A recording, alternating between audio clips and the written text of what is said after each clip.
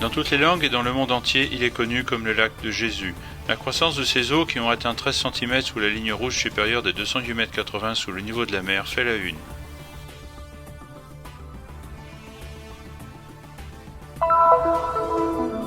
L'hôpital EMMS de Nazareth a ouvert 3 services dédiés aux patients positifs au coronavirus, appelés Victoire 1, 2 et 3. Un 4e service est en cours de finalisation. Ce sont les premiers du genre dans la région de Nazareth.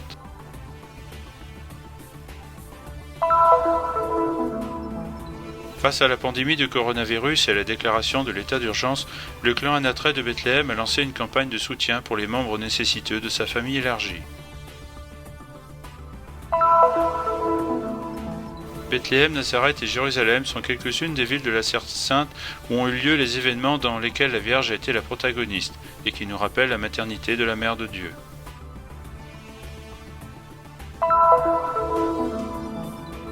Les rues de la vieille ville de Jérusalem sont encore vides et les magasins fermés.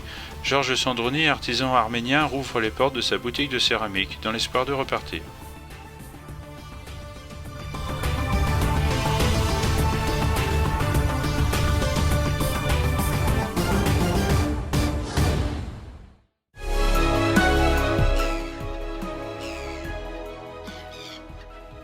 Nombreux sont les noms sous lesquels est connu ce grand bassin d'eau douce long d'environ 21 km, large d'environ 12 km et qui est situé à quelques 200 mètres sous le niveau de la mer. Mais dans toutes les langues et dans le monde entier, il est connu comme le lac de Jésus. Innombrables en effet sont les citations bibliques des événements survenus sur ces rives.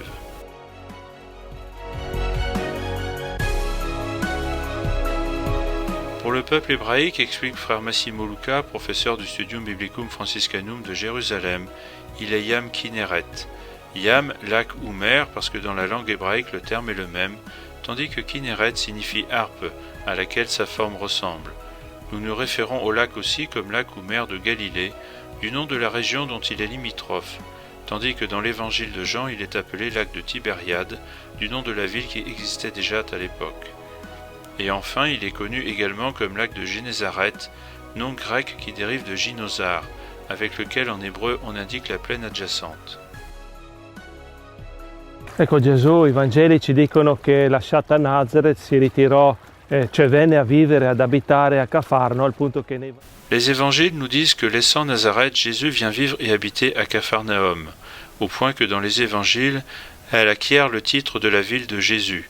Ici, à côté de Capharnaüm, dans l'arrière-pays, à peu de distance, passait une importante voie de communication qui était la Via Maris, une voie fréquentée par les voyageurs en général. En outre, Capharnaüm avait une autre particularité, celle d'être une ville frontière. De cette façon, le message de Jésus pouvait être diffusé bien plus largement parce que les voyageurs, là où ils allaient, témoignaient de la présence d'un homme extraordinaire qui opérait à Capharnaüm. Straordinario che operava in Cafarno. 2 anni fa, o poco più, avevamo sfiorato. Il y a 2 ans, nous avions frôlé l'exondation du lac, c'est-à-dire que le niveau était inférieur à ce que les scientifiques et les experts hébreux définissaient comme le niveau minimum d'eau pour sauvegarder l'écosystème. Nous étions sous les 312 mètres en dessous du niveau de la mer. Et pourtant, ces 2 dernières années, grâce à la pluviosité des 2 derniers hivers, où la pluie a été abondante, le lac est revenu à ses niveaux. La dernière fois qu'il a atteint ces niveaux, c'est durant l'hiver 2002-2003. C'était il y a 17 ans. Abbondante la pioggia e col lago è ritornato dopo 17 anni. Io l'ho visto l'ultima volta nell'inverno 2002-2003 che aveva raggiunto questo livello. Au cours des 70 dernières années, cet important bassin hydrique a subi des fluctuations constantes. Dans les années 80 et 90, l'abaissement du niveau hydrique était dû à une demande accrue d'eau douce à cause de l'augmentation de la population, des changements climatiques ainsi que du développement agricole et industriel. Aujourd'hui, l'augmentation du niveau du lac, qui est situé 13 cm sous la ligne rouge supérieure des 208,80 m sous le niveau de la mer, fait la une. Au-delà de ce seuil, on risque l'inondation. Stiamo qui di fronte al lago di Galilea, lago che è molto suggestivo. Nous sommes face au lac de Galilée, très suggestif pour Jésus, pour les premiers chrétiens, mais aussi pour tous ces pèlerins qui viennent chaque année ici. C'est l'unique endroit En effet, où les pèlerins peuvent toucher les eaux du lac de Galilée et ressentir une expérience très forte. En septembre, les gens devaient marcher beaucoup plus pour toucher l'eau. Gente doveva camminare tanto per arrivare all'acqua e per toccarla. Allora ci è rimasto solo, come diceva. À droite de l'église, comme le disait la pèlerine Égérie, seuls sont restés les escaliers qui étaient recouverts d'eau à son époque. Le egere erano coperte dell'acqua.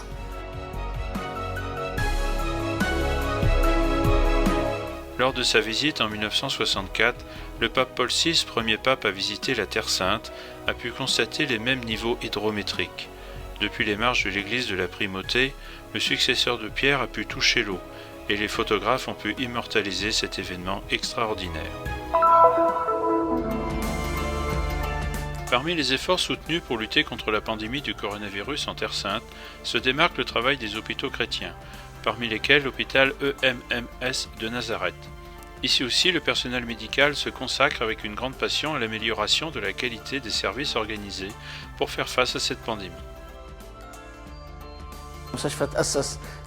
L'hôpital EMMS de Nazareth a été ouvert en 1861 par le docteur Vartan, sous le mandat d'une association d'Édimbourg, en Écosse.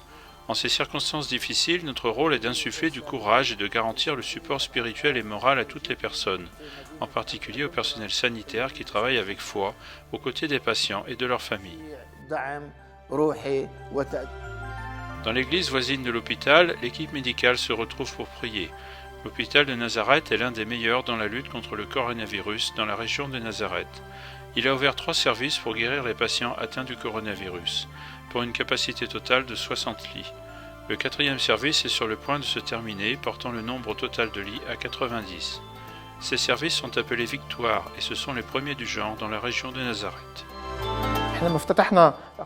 Quand nous avons ouvert les services de la Victoire, nous les avons inaugurés avec une prière les bénissant avec de l'eau bénite, en présence des pasteurs et des prêtres. C'était un moment très important pour nous.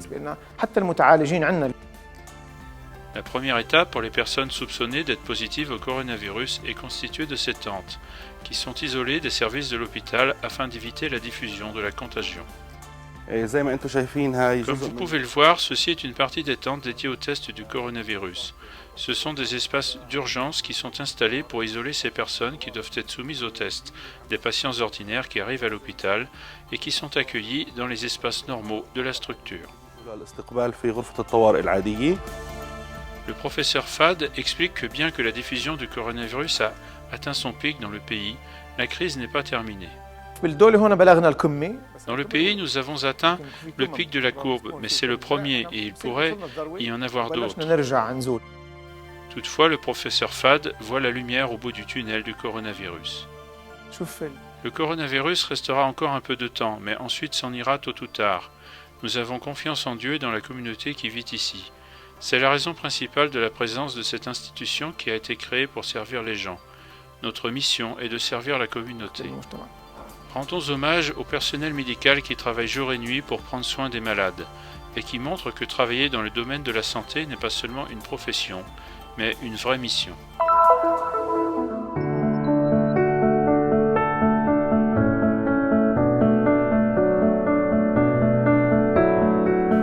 Malgré les nombreux effets sur la santé et sur l'économie du coronavirus, à Bethléem, la famille Anatray est venue sur le terrain pour aider les membres de son clan, particulièrement ceux qui sont confrontés à des difficultés accrues en raison de la pandémie. Le quartier Anatray, qui porte justement le nom du clan qui y habite, est proche de l'église de la Nativité. Ici, l'association Anatray Family s'est activée tout de suite après la déclaration de l'état d'urgence dans le gouvernorat de Bethléem, pour soutenir les membres les plus faibles de la famille élargie.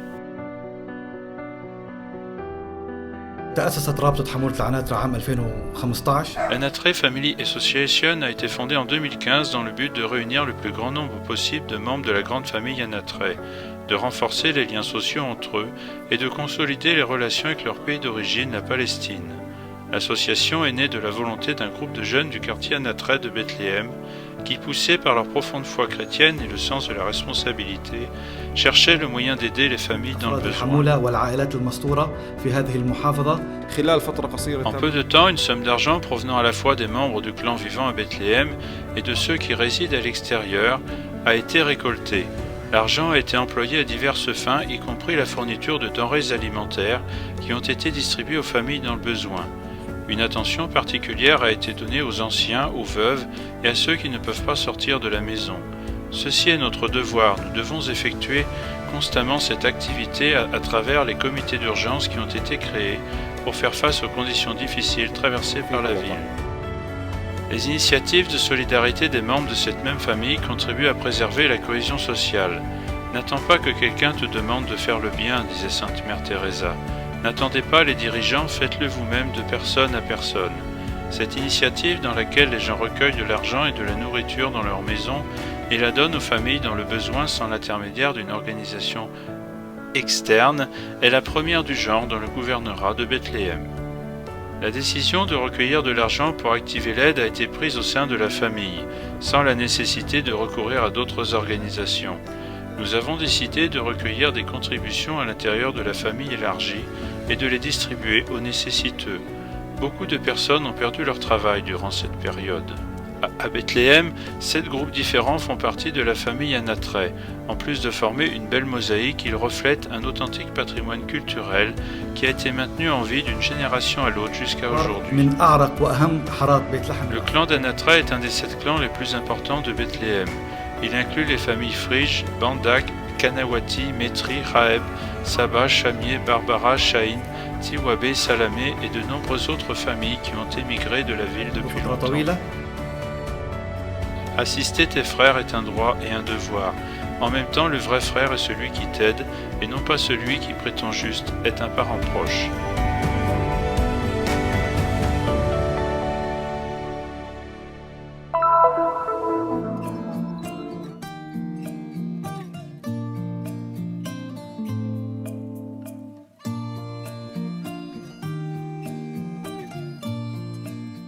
Ce fut dans cette grotte de Jérusalem que naquit la Vierge Marie, et à Nazareth en Galilée se trouve le lieu dans lequel l'ange du Seigneur lui annonça qu'elle serait la mère du Sauveur.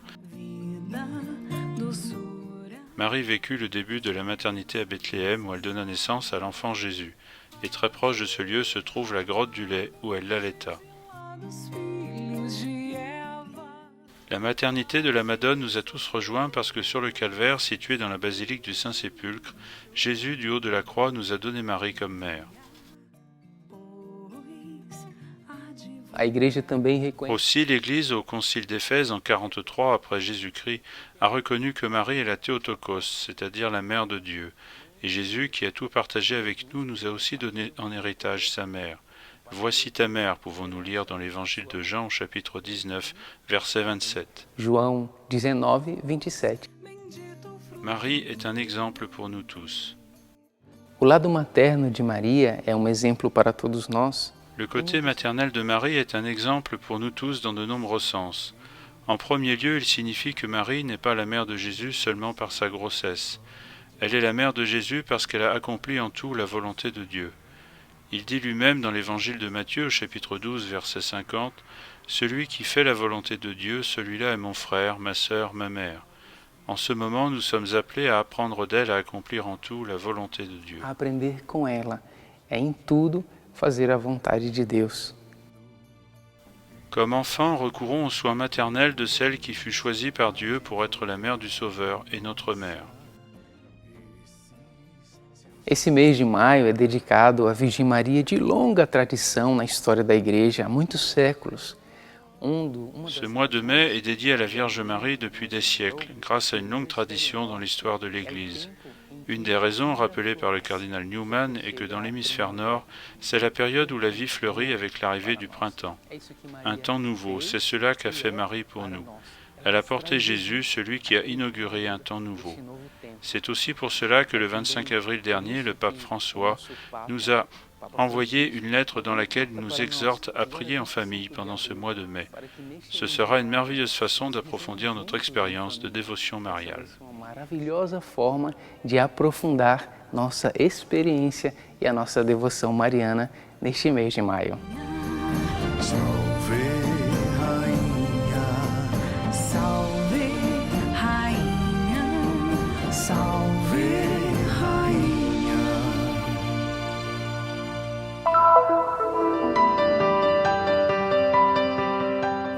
À Jérusalem, les mesures préventives contre la diffusion du coronavirus se desserrent. Le nombre de personnes contaminées diminue quotidiennement et pour cette raison, de plus en plus d'activités peuvent rouvrir leurs portes. La ville reprend vie. Mais les ruelles du quartier chrétien de la vieille ville, habituellement carrefour de milliers de pèlerins, sont encore vides. Tout est encore fermé. And it's frightening, to walk in the street and you get a feeling of fear even to walk in. Il est inquiétant de marcher dans les rues et de ressentir cette peur, parce qu'on est seul et on sent cette solitude. C'est comme si le monde autour de toi avait disparu et tu te retrouves enfermé dans une bulle qui ne mène nulle part. You are enclosed in a bubble that is taking you to nowhere. Pour Georges, arménien de la vieille ville, artisan depuis 38 ans, c'est la première fois qu'il doit fermer les portes de son atelier de céramique pendant plus de 50 jours. Il reconnaît à peine sa ville. We had a preview in Jerusalem of this during the Intifada in around I think it was 1988. Nous avons eu une sorte d'avant-première lors de l'Intifada de 1988, et nous étions habitués à voir les rues de la vieille ville désertes, mais pas vides. Les gens se baladaient, il n'y avait pas beaucoup de touristes, mais il suffisait de sortir des murs et la vie était normale. Mais aujourd'hui, voir la ville, la partie neuve partout, la voir comme une ville fantôme, ce n'est pas facile. C'est une chose que je n'ai jamais vécue. This is probably one of the most challenging times that I have ever lived. Ouvrir le magasin est simplement une façon pour sortir et sembler normal. Bien que plus rien n'est normal, nous raconte Georges à l'intérieur de son commerce. As economically, I'm not an exception. Économiquement, je ne suis pas une exception. Chacun a sa propre version des difficultés et de l'adversité. J'avais 3 employés et je leur ai donné des congés sans solde. Aujourd'hui, je ne peux pas me permettre de les avoir à temps plein pendant 7 ou 8 heures comme avant. Mais au maximum 4 heures pour chaque jour de la semaine. Je peux produire, mais je ne vends pas. Alors pourquoi avoir des employés? Like 4 hours and few days in the week. Anyway, I can produce, but I'm not selling. So why should I keep on having more stock? Avec la suspension des prêts pour 3 mois ainsi que le loyer jusqu'à la fin de l'année, Georges, comme les autres petits commerçants de la vieille ville, espère le retour à la normale le plus vite possible. We love to go back to those days and Nous voudrions revenir aux jours précédents, à ceux qui étaient un privilège, parce que ce qui était normal hier nous apparaît aujourd'hui comme un privilège.